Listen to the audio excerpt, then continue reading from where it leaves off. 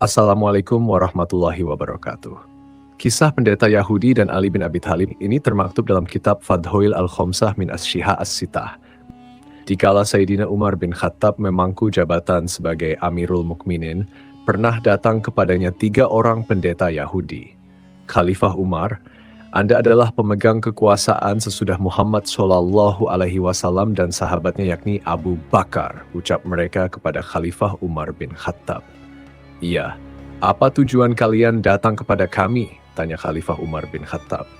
Kami hendak menanyakan beberapa masalah penting kepada Anda. Jika Anda dapat memberi jawaban kepada kami, barulah kami mau mengerti bahwa Islam merupakan agama yang benar dan Muhammad SAW benar-benar seorang nabi. Sebaliknya, jika Anda tidak dapat memberi jawaban, berarti bahwa agama Islam itu batil dan Muhammad SAW bukan seorang nabi.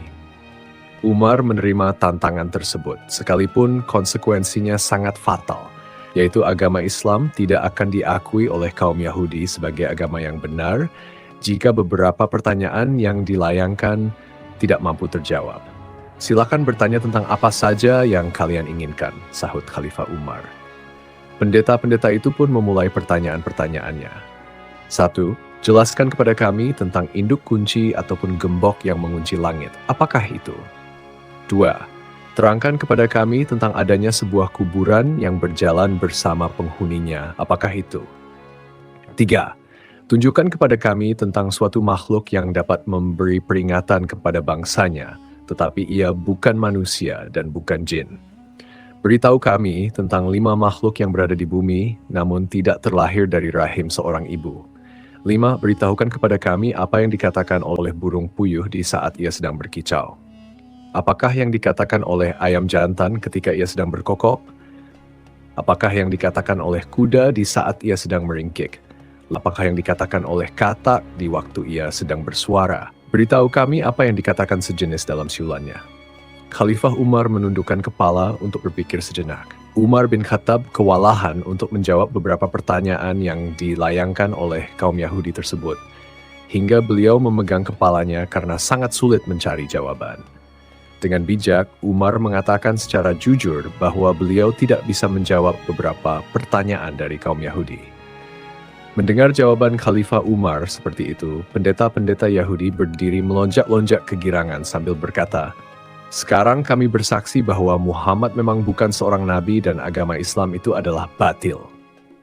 Pada waktu itu, para sahabat yang membersamai Umar tidak terima dengan pernyataan yang disampaikan oleh kaum Yahudi.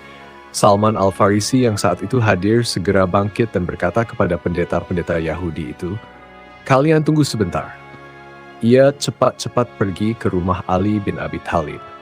Setelah bertemu, Salman berkata, "Ya Abul Hasan, selamatkanlah agama Islam." Ali bin Abi Thalib bingung lalu bertanya, "Mengapa?" Salman kemudian menceritakan apa yang sedang dihadapi oleh Khalifah Umar bin Khattab. Sayyidina Ali segera saja berangkat menuju ke rumah Khalifah Umar, berjalan lenggang memakai burdah, yakni selembar kain penutup punggung atau leher peninggalan Rasulullah SAW. Ketika Khalifah Umar melihat Ali bin Abi Thalib datang, beliau bangun dari tempat duduk lalu buru-buru memeluknya sambil berkata, "Ya Abul Hasan, tiap ada kesulitan besar, engkau selalu kupanggil." Setelah berhadap-hadapan dengan para pendeta yang sedang menunggu-nunggu jawaban itu, Ali bin Abi Thalib berkata, "Silakan kalian bertanya tentang apa saja yang kalian inginkan. Rasulullah SAW sudah mengajarku 1000 macam ilmu, dan tiap jenis dari ilmu-ilmu itu mempunyai 1000 macam cabang ilmu." Pendeta-pendeta Yahudi itu lalu mengulangi pertanyaan mereka. Sebelum menjawab, Ali bin Abi Thalib berkata, "Aku ingin mengajukan satu syarat kepada kalian, yaitu jika ternyata aku nanti sudah menjawab pertanyaan-pertanyaan kalian sesuai dengan yang ada di dalam Taurat, kalian harus bersedia memeluk agama kami dan beriman." "Oh iya, baik," jawab mereka. "Sekarang tanyakanlah satu demi satu," kata Ali bin Abi Thalib. Mereka mulai bertanya, apakah induk kunci atau gembok yang mengunci pintu-pintu langit? Ali bin Abi Thalib menjawab, kunci penutup langit adalah syirik kepada Allah. Alasannya, jika seorang hamba menyekutukan Allah, maka amalnya tidak akan terangkat ke langit alias tidak diterima. Para pendeta Yahudi itu bertanya lagi, anak kunci apakah yang dapat membuka pintu-pintu langit? Ali bin Abi Thalib menjawab, anak kunci itu ialah kesaksian, yakni bersyahadat bahwa tiada Tuhan selain Allah dan Muhammad adalah Rasul Allah. Para pendeta Yahudi itu saling pandang di antara mereka sambil berkata, orang itu benar juga. Mereka bertanya lebih lanjut, terangkanlah kepada kami tentang adanya sebuah kuburan yang dapat berjalan bersama penghuninya. Ali bin Abi Thalib menjawab, kuburan itu ialah ikan paus yang menelan Nabi Yunus.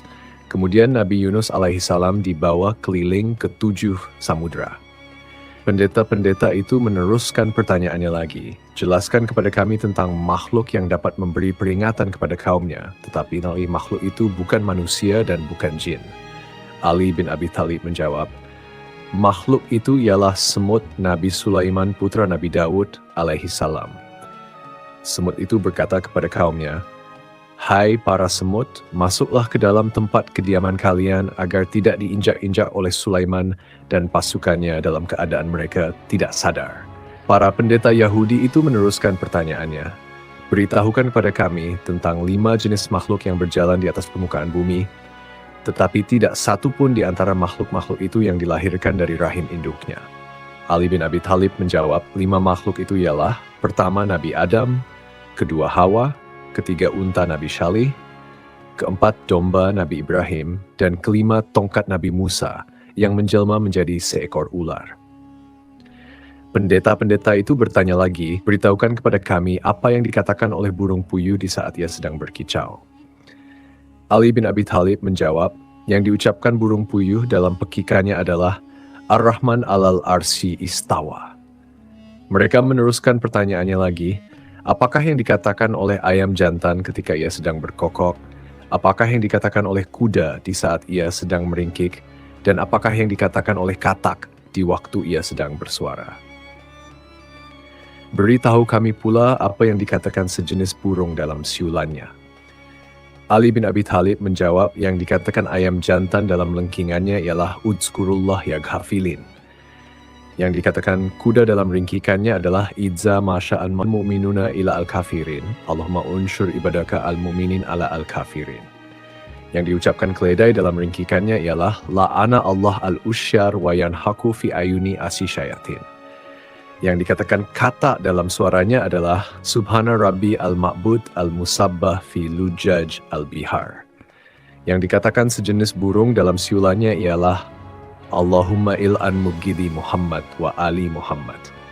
Kemudian 2 di antara 3 orang pendeta Yahudi itu setelah mendengar jawaban-jawaban serta penjelasan yang diberikan oleh Sayyidina Ali bin Abi Thalib mengatakan bahwa mereka bersaksi tiada Tuhan selain Allah dan Muhammad adalah Rasul Allah.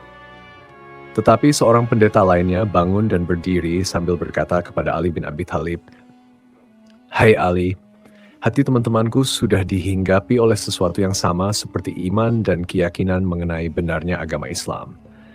Sekarang masih ada satu hal lagi yang ingin kutanyakan kepada Anda. Tanyakanlah apa saja yang kau inginkan, sahut Sayyidina Ali bin Abi Thalib. Pendeta itu berkata, coba terangkan kepadaku tentang sejumlah orang yang pada zaman dahulu sudah mati selama 309 tahun kemudian dihidupkan kembali oleh Allah. Bagaimana hikayat tentang mereka itu? Ali bin Abi Thalib menjawab, hai pendeta Yahudi, mereka itu ialah para penghuni gua. Hikayat tentang mereka itu sudah dikisahkan oleh Allah Subhanahu wa Ta'ala kepada Rasulnya. Jika engkau mau, akan kubacakan kisah mereka itu. Pendeta Yahudi itu menyahut, aku sudah banyak mendengar tentang Al-Quran kalian itu. Jika engkau memang benar-benar tahu, coba sebutkan nama-nama mereka, nama ayah-ayah mereka, nama mahkota mereka, nama raja mereka, nama anjing mereka, nama gunung serta gua mereka, dan semua kisah mereka dari awal sampai akhir. Ali bin Abi Thalib kemudian membetulkan duduknya, menekuk lutut ke depan. Perut selalu ditopangnya dengan burdah yang diikatkan ke pinggangnya. Beliau berkata, hai saudara Yahudi, Muhammad Rasulullah Shallallahu Alaihi Wasallam kekasihku telah menceritakan kepadaku bahwa kisah itu terjadi di negeri Romawi, di sebuah kota bernama Efesus, atau disebut juga dengan nama Tarsus. Namun nama kota itu pada zaman dahulu ialah Efesus. Baru setelah Islam datang, namanya berubah menjadi Tarsus, yakni Tarse, yang sekarang terletak di wilayah Turki. Penduduk negeri itu dahulunya mempunyai seorang raja yang baik. Setelah raja itu meninggal dunia, berita kematiannya terdengar oleh seorang raja Persia. Ia seorang raja kafir yang amat congkak dan zalim. Karena berita tersebut, lantas diserbulah negeri tadi dengan kekuatan penuh pasukannya, hingga kota Efesus dapat dikuasai. Kota itu pun dijadikan sebagai ibu kota kerajaan, kemudian dibangunlah sebuah istana di sana.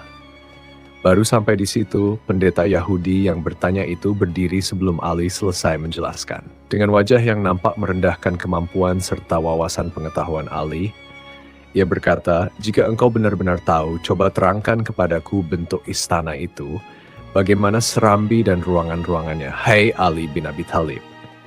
Sayyidina Ali pun menerangkan, "Hai saudara Yahudi, raja itu membangun istana yang sangat megah, terbuat dari batu pualam. Panjangnya 1 farsah 8 kilometer dan lebarnya pun 1 farsah. Pilar-pilarnya berjumlah 1000 buah, semuanya terbuat dari emas. Lampu-lampu penerangan berjumlah 1000 buah dan semuanya terbuat dari emas. Lampu-lampu itu bergelantungan pada rantai-rantai yang terbuat dari perak. Tiap malamnya api dinyalakan dengan sejenis minyak yang harum baunya. Di sebelah timur serambi dibuat lubang-lubang cahaya sebanyak 100 buah. Demikian pula di sebelah baratnya, sehingga matahari sejak terbit hingga terbenam selalu dapat menerangi serambi."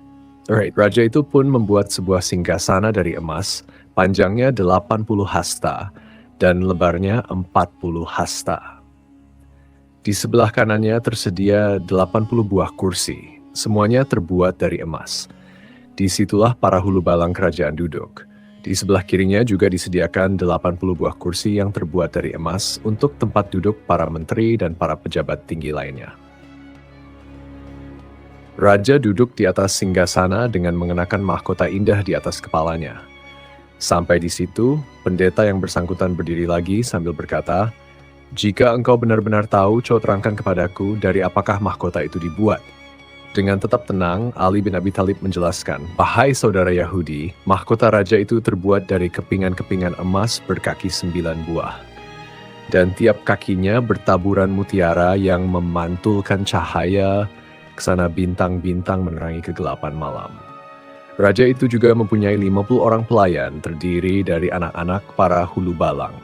Semuanya memakai selempang dan baju sutra berwarna merah. Celana mereka juga terbuat dari sutra berwarna hijau dan semuanya dihias dengan gelang-gelang kaki yang sangat indah. Masing-masing diberi tongkat terbuat dari emas dan mereka harus berdiri di belakang raja.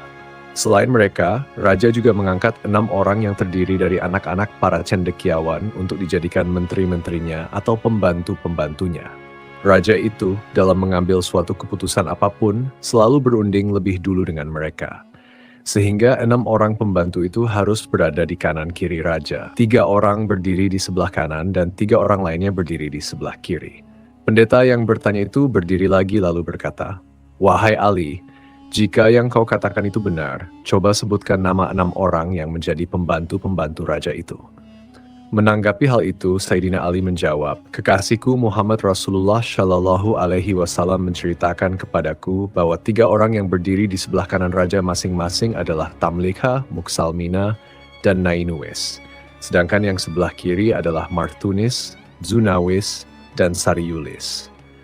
Raja selalu berunding dengan mereka mengenai segala macam urusan. Setiap hari ketika raja duduk di serambi istana, selalu dikerumuni oleh semua hulu balang dan para punggawanya.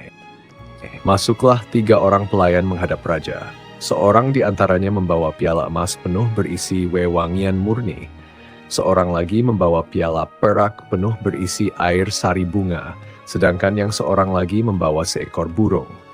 Orang yang membawa burung ini kemudian mengeluarkan suara sebagai isyarat. Lantas burung tersebut terbang di atas piala yang berisi air sari bunga. Burung itu pun berkecimpung di dalamnya, lalu mengibas-ngibaskan sayap serta bulunya sampai sari bunga itu habis dipercikkan ke semua tempat di sekitarnya. Kemudian si pembawa burung tadi mengeluarkan suara isyarat yang berbeda lagi. Burung itu pun terbang dan hinggap di atas mahkota raja sambil membentangkan kedua sayap yang harum semerbak di atas kepala raja. Demikianlah raja itu berada di atas singgasana kekuasaan selama 30 tahun. Selama itu ia tidak pernah diserang penyakit apapun, tidak pernah merasa pusing kepala, ya sakit perut, demam, berliur, berludah, ataupun beringus. Setelah sang raja merasa dirinya sedemikian kuat dan sehat, ia mulai congkak, durhaka, dan zalim. Ia mengaku-ngaku diri sebagai Tuhan dan tidak mau lagi mengakui adanya Allah Subhanahu wa Ta'ala. Raja itu kemudian memanggil orang-orang termuka. Barang siapa taat dan patuh kepadanya, diberi pakaian dan berbagai macam hadiah lainnya. Tetapi barang siapa yang tidak mau taat atau tidak bersedia mengikuti kemauannya, ia akan segera dibunuh. Oleh sebab itu, semua orang terpaksa mengiyakan kemauannya. Dalam masa yang cukup lama, semua orang patuh kepada raja itu sampai ia disembah dan dipuja. Mereka tidak lagi memuja dan menyembah Allah Subhanahu wa Ta'ala. Pada suatu hari perayaan ulang tahunnya, raja sedang duduk di atas singgasana mengenakan mahkota di atas kepala. Tiba-tiba masuklah seorang hulu balang memberitahu bahwa ada bala tentara asing masuk menyerbu ke dalam wilayah kerajaannya dengan maksud hendak melancarkan peperangan. Saking sedih dan bingungnya, raja itu sampai tanpa disadari menjatuhkan mahkota dari kepalanya ke tanah. Kemudian ia sendiri jatuh terpelanting dari atas singgasana. Salah seorang pembantu yang berdiri di sebelah kanan, yakni seorang cerdas yang bernama Tamlikha, memperhatikan keadaan sang raja sambil merenung. Ia berpikir, lalu berkata dalam hati, kalau itu benar-benar Tuhan seperti pengakuannya, tentu dia tidak akan sedih, tidak tidur, dan tidak buang air kecil ataupun besar. Itu semua bukanlah sifat-sifat Tuhan. Keenam orang pembantu raja itu setiap hari selalu mengadakan pertemuan di tempat salah seorang dari mereka secara bergiliran. Pada suatu hari tibalah giliran Tamlikha menerima kunjungan 5 orang temannya. Mereka berkumpul di rumah Tamlikha untuk makan dan minum, tetapi Tamlikha sendiri tidak ikut makan dan minum. Teman-temannya bertanya, "Hai Tamlikha, mengapa engkau tidak mau makan dan minum?" "Teman-teman," jawab Tamlikha, "hatiku sedang dirisaukan oleh sesuatu yang membuatku tidak enak untuk makan dan minum, juga tak nyenyak tidur."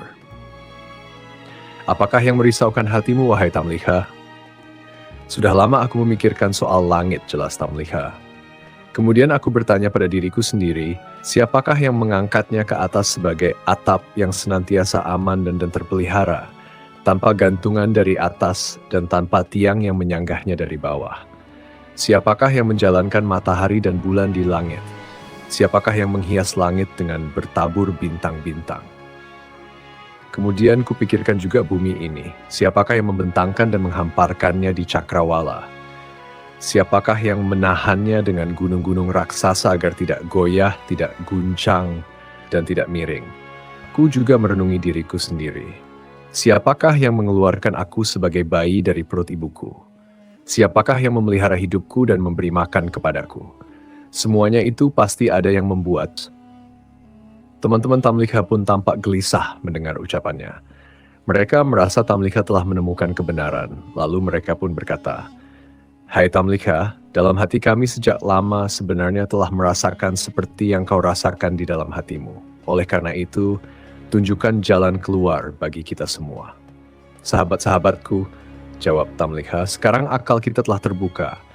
Kita harus lari meninggalkan raja yang zalim itu untuk menuju kepada Raja Pencipta langit dan bumi." "Kami sangat setuju," sahut teman-temannya serentak. Tamlikha pun berdiri, hendak beranjak pergi untuk menjual buah kurma hasil dari kebunnya. Kurma itu terjual dan ia mendapat uang sebanyak 3 dirham. Lalu uang tersebut ia selipkan ke dalam kantong bajunya. Kemudian berangkatlah mereka berenam, Tamlikha, Muksalmina, Nainuwis, Martunis, Zunawis, dan Sariulis bersama kuda-kuda mereka. Mereka turun dari kuda masing-masing dan berjalan kaki sejauh 7 farsakh sampai kaki mereka melepuh dan berdarah karena tidak biasa berjalan sejauh itu. Tiba-tiba datanglah seorang penggembala kambing menghampiri. Mereka bertanya, "Wahai penggembala, Apakah engkau menyimpan cadangan air minum atau mungkin susu?" "Aku memilikinya," jawab sang penggembala. "Tapi sebentar, sepertinya kalian ini para bangsawan. Apakah kalian sedang melarikan diri dari sesuatu? Coba ceritakan kepadaku apa yang telah terjadi." "Kami sudah memeluk suatu agama, sehingga kami tidak boleh berdusta. Apakah engkau berjanji kami akan selamat jika kami mengatakan yang sebenarnya?" "Ya," jawab penggembala itu. Tamliha dan teman-temannya lalu menceritakan semua yang terjadi pada diri mereka. Mendengar cerita mereka, penggembala itu segera bertekuk lutut di depan mereka sambil menciumi kaki mereka. Ia berkata, "Dalam hatiku, sekarang terasa sesuatu seperti yang ada dalam hati kalian. Kalian berhenti sajalah dahulu di sini. Aku hendak mengembalikan kambing-kambing itu kepada miliknya. Kemudian segera kembali lagi kepada kalian." Tamliha bersama teman-temannya pun berhenti. Tak lama kemudian, penggembala itu datang lagi berjalan diikuti anjing miliknya.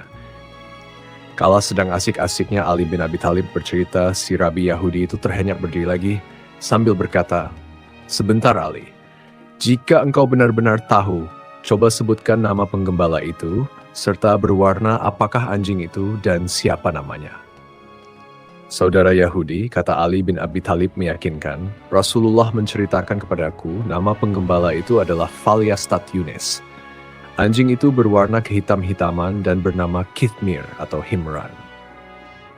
Ketika 6 orang pelarian itu melihat seekor anjing, masing-masing saling berkata kepada temannya, "Kita khawatir kalau anjing itu nantinya akan membongkar rahasia kita."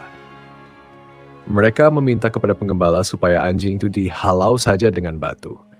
Namun anjing itu melihat kepada Tamliha dan teman-temannya, lalu duduk di atas 2 kaki belakang, menggeliat dan mengucapkan kata-kata dengan lancar dan jelas sekali. "Hai orang-orang, mengapa kalian hendak mengusirku? Padahal aku ini bersaksi bahwa tiada Tuhan selain Allah, tak ada sekutu baginya. Biarlah aku menjaga kalian dari musuh, dan dengan berbuat demikian aku mendekatkan diriku kepada Allah Subhanahu wa Ta'ala." Anjing itu akhirnya dibiarkan saja. Mereka lalu pergi, dan penggembala tadi mengajak mereka naik ke sebuah bukit, lalu bersama-sama mendekati sebuah gua. Pendeta Yahudi yang menanyakan kisah itu bangun lagi dari tempat duduknya sambil berkata, "Apakah nama gunung itu dan apakah nama gua itu?" Sayyidina Ali menjelaskan gunung itu bernama Naglus dan nama gua itu ialah Washid atau disebut juga Heram. Ali bin Abi Thalib meneruskan ceritanya, "Secara tiba-tiba di depan gua itu tumbuh pepohonan berbuah dan memancar mata air yang deras sekali. Mereka makan buah-buahan dan minum air yang tersedia di tempat itu. Setelah tiba waktu malam, mereka masuk berlindung di dalam gua, sedangkan anjing yang sejak tadi mengikuti mereka berjaga-jaga sambil menjulurkan 2 kaki depan untuk menghalang-halangi pintu gua. Kemudian Allah Subhanahu wa Ta'ala memerintahkan malaikat maut supaya mencabut nyawa mereka. Kepada masing-masing orang dari mereka, Allah Subhanahu wa Ta'ala mewakilkan 2 malaikat untuk membolak-balik tubuh mereka dari kanan ke kiri. Allah lalu memerintahkan matahari supaya pada saat terbit condong memancarkan sinarnya ke dalam gua dari arah kanan, dan pada saat hampir terbenam sinarnya mulai meninggalkan mereka dari arah kiri. Ketika Raja Dicanius baru saja selesai berpesta, ia bertanya tentang 6 orang pembantunya. Ia mendapat jawaban bahwa mereka itu melarikan diri. Raja Dicanius sangat gusar. Bersama pasukan berkuda, ia cepat-cepat berangkat menyusuri jejak 6 orang pembantu itu. Ia naik ke atas bukit, kemudian mendekati gua. Ia melihat 6 orang pembantunya yang melarikan diri itu sedang tidur berbaring di dalam gua. Ia tidak ragu-ragu dan memastikan bahwa 6 orang itu benar-benar sedang tidur. Kepada para pengikutnya ia berkata, "Kalau aku hendak menghukum mereka, tidak akan kujatuhkan hukuman yang lebih berat dari perbuatan mereka yang telah menyiksa diri mereka sendiri di dalam gua. Panggillah tukang-tukang batu supaya segera datang kemari." Setelah tukang-tukang batu itu tiba, mereka diperintahkan menutup rapat pintu gua dengan batu-batu dan jish, bahan semacam semen. Setelah selesai dikerjakan, Raja berkata kepada para pengikutnya, "Katakanlah kepada mereka yang ada di dalam gua, kalau benar-benar mereka itu tidak berdusta, supaya minta tolong kepada Tuhan mereka yang ada di langit, agar mereka dikeluarkan dari tempat itu." Setelah masa yang amat panjang itu, Allah Subhanahu wa Ta'ala mengembalikan lagi nyawa mereka. Pada saat matahari sudah mulai memancarkan sinar, mereka merasa seakan-akan baru bangun dari tidurnya. Masing-masing berkata kepada yang lainnya, "Malam tadi kita lupa beribadah kepada Allah, mari kita pergi ke mata air." Setelah mereka berada di luar gua, tiba-tiba mereka melihat mata air itu sudah mengering, dan pepohonan yang ada pun sudah menjadi kering semuanya. Allah Subhanahu wa Ta'ala membuat mereka mulai merasa lapar. Mereka saling bertanya, "Siapakah di antara kita ini yang sanggup dan bersedia berangkat ke kota membawa uang untuk bisa mendapatkan makanan?" Tetapi yang akan pergi ke kota nanti harus hati-hati, jangan sampai membeli makanan yang dimasak dengan lemak babi. Tamliha kemudian berkata, "Hai saudara-saudara, aku sajalah yang berangkat untuk mendapatkan makanan. Tetapi, hai penggembala, berikanlah bajumu kepadaku dan ambil bajuku ini." Setelah Tamliha memakai baju penggembala, ia berangkat menuju ke kota. Sepanjang jalan ia melewati tempat-tempat yang sama sekali belum pernah dikenalnya. Setibanya dekat pintu gerbang kota, ia melihat bendera hijau berkibar di angkasa bertuliskan La ilaha illallah, Isa adalah utusan Allah. Tamliha berhenti sejenak memandang bendera itu sambil mengusap-usap matanya, lalu berkata seorang diri, "Kusangka aku ini masih tidur." Setelah agak lama memandang dan mengamati bendera itu, ia meneruskan perjalanan memasuki kota. Dilihatnya banyak orang sedang membaca Injil. Ia berpapasan dengan orang-orang yang belum pernah ia kenal. Setibanya di sebuah pasar, ia bertanya kepada seorang penjajah roti, "Hai tukang roti, apakah nama kota kalian ini?" "Efesus," sahut penjual roti. "Siapakah nama raja kalian?" "Abdurrahman," jawab penjual roti. "Kalau yang kau katakan itu benar," kata Tamliha, "urusanku ini sungguh aneh sekali. Ambillah uang ini dan berilah makanan kepadaku." Melihat uang itu, penjual roti keheranan karena uang yang dibawa Tamliha itu adalah uang masa lampau yang ukurannya besar dan lebih berat. Pendeta Yahudi yang bertanya itu kemudian berdiri lagi lalu berkata kepada Ali bin Abi Thalib, "Ahli, kalau benar-benar engkau mengetahui, coba terangkan kepadaku berapa nilai uang lama itu dibandingkan dengan uang baru." Sayyidina Ali menerangkan, "Kekasihku, Muhammad Rasulullah Shallallahu Alaihi Wasallam menceritakan kepadaku bahwa uang yang dibawa oleh Tamliha dibandingkan dengan uang baru ialah tiap 1 dirham lama sama dengan 10 dan 2/3 dirham baru." Sayyidina Ali kemudian melanjutkan ceritanya. Penjual roti lalu berkata kepada Tamliha, "Alangkah beruntungnya aku. Rupanya engkau baru menemukan harta karun. Berikan sisa uang itu kepadaku. Kalau tidak, engkau akan kuhadapkan kepada raja." "Aku tidak menemukan harta karun," sangkal Tamliha. "Uang ini kudapat 3 hari yang lalu dari hasil penjualan buah kurma seharga 3 dirham. Aku kemudian meninggalkan kota karena orang-orang semuanya menyembah Dikyanius." Penjual roti itu marah lalu berkata, "Apakah setelah engkau menemukan harta karun masih juga tidak rela menyerahkan sisa uangmu itu kepadaku? Lagi pula engkau telah menyebut seorang raja durhaka yang mengaku diri sebagai Tuhan, padahal raja itu sudah mati lebih dari 300 tahun yang silam. Apakah dengan begitu engkau hendak memperolok-olok aku?" Tamliha lalu ditangkap, kemudian dibawa pergi menghadap raja. Raja yang baru ini adalah seorang raja yang dapat berpikir dan bersikap adil. Raja bertanya kepada orang-orang yang membawa Tamliha, "Bagaimana cerita orang ini?" "Dia menemukan harta karun," jawab orang-orang yang membawanya kepada Tamliha. Raja berkata, "Kau tak perlu takut. Nabi Isa alaihissalam memerintahkan supaya kami hanya memungut 1/5 saja dari harta karun itu.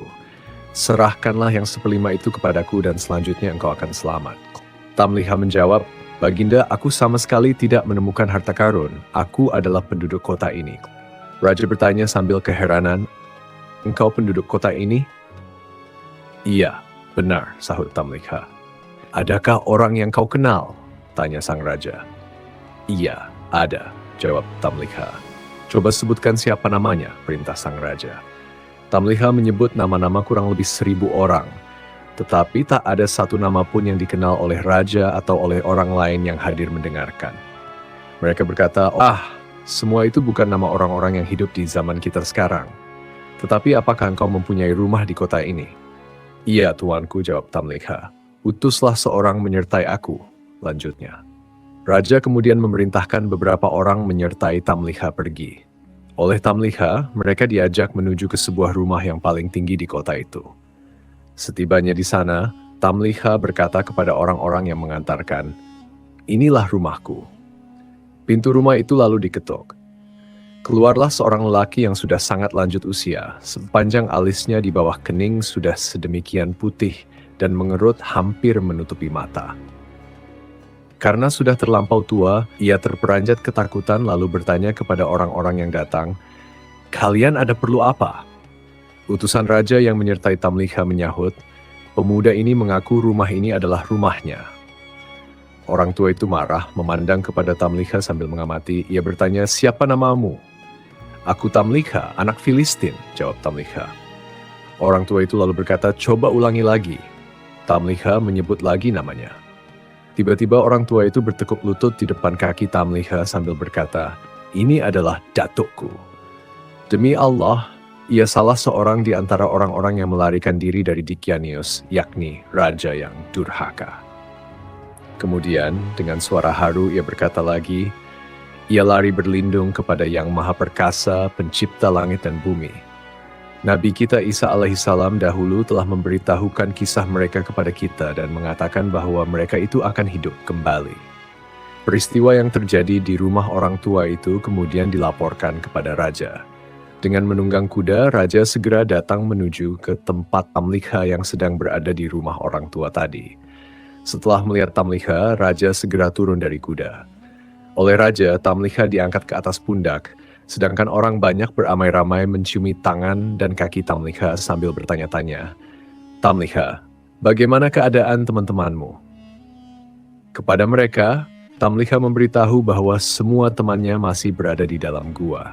Pada masa itu, kota Efesus diurus oleh 2 orang bangsawan istana, seorang beragama Islam dan seorang lainnya beragama Nasrani.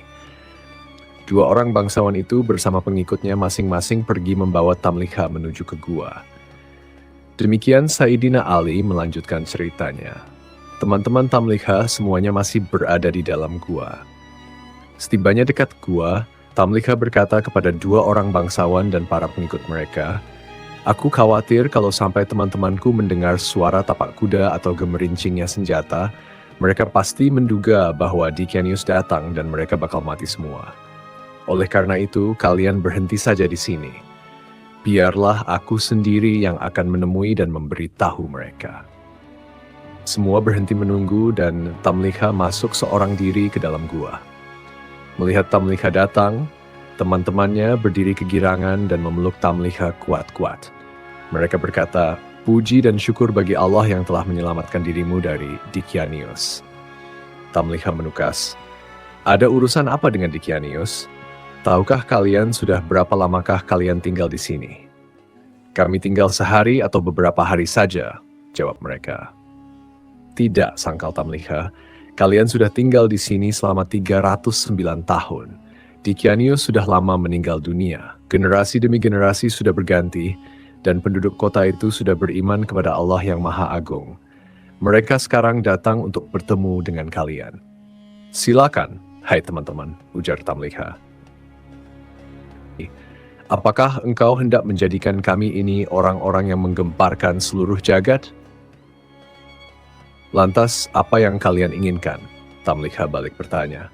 "Angkatlah tanganmu ke atas, dan kami pun akan berbuat seperti itu juga," jawab mereka. Mereka bertujuh semuanya mengangkat tangan ke atas kemudian berdoa, "Ya Allah, dengan kebenaran yang telah Engkau perlihatkan kepada kami tentang keanehan-keanehan yang kami alami sekarang ini, kembalikanlah nyawa kami tanpa sepengetahuan orang lain." Allah Subhanahu wa Ta'ala mengabulkan permohonan mereka, lalu memerintahkan malaikat maut mencabut kembali nyawa mereka. Kemudian Allah Subhanahu wa Ta'ala menutup pintu gua tanpa bekas. Dua orang bangsawan yang menunggu-nunggu segera maju mendekati gua, berputar-putar selama 7 hari untuk mencari-cari pintunya, tetapi tetap tak dapat ditemukan lubang atau jalan masuk lainnya ke dalam gua. Perasaan itu membuat dua orang bangsawan tadi menjadi yakin tentang betapa hebatnya kekuasaan Allah Subhanahu wa Ta'ala. Dua orang bangsawan itu memandang semua peristiwa yang dialami oleh para penghuni gua sebagai peringatan yang diperlihatkan oleh Allah kepada mereka. Bangsawan yang beragama Islam lalu berkata, mereka wafat dalam keadaan memeluk agamaku. Akan kujadikan sebuah tempat ibadah di pintu gua itu. Sedangkan bangsawan yang beragama Nasrani berkata pula, mereka wafat dalam keadaan memeluk agamaku. Akan kujadikan sebuah biara di pintu gua itu. Dua orang bangsawan itu bertengkar, dan setelah melalui pertikaian senjata, akhirnya bangsawan Nasrani terkalahkan oleh bangsawan yang beragama Islam. Dengan terjadinya peristiwa tersebut, maka Allah Subhanahu wa Ta'ala berfirman yang artinya, dan demikian pula kami perlihatkan manusia kepada mereka, agar mereka tahu bahwa janji Allah itu benar, dan bahwa kedatangan hari kiamat tidak ada keraguan padanya. Ketika mereka berselisih tentang urusan mereka berkata, dirikanlah sebuah bangunan di atas gua mereka. Tuhan mereka lebih mengetahui tentang mereka. Orang-orang yang berkuasa atas urusan mereka berkata, kami pasti akan menjadikan sebuah rumah ibadah di atasnya. Sampai di situ, Sayyidina Ali bin Abi Thalib berhenti menceritakan kisah para penghuni gua. Kemudian beliau berkata kepada pendeta Yahudi yang menanyakan kisah itu, itulah, wahai Yahudi, apa yang terjadi dalam kisah mereka. Demi Allah, sekarang aku hendak bertanya kepadamu, apakah semua yang kau ceritakan itu sesuai dengan apa yang tercantum dalam Taurat kalian? Si Yahudi itu menjawab, iya Al-Hasan, engkau tidak menambah dan tidak mengurangi walau satu huruf pun. Sekarang engkau jangan menyebut diriku sebagai orang Yahudi, sebab aku telah bersaksi bahwa tiada Tuhan selain Allah dan Muhammad adalah hamba Allah serta Rasul-Nya. Aku pun bersaksi juga bahwa engkau orang yang paling berilmu di kalangan umat ini.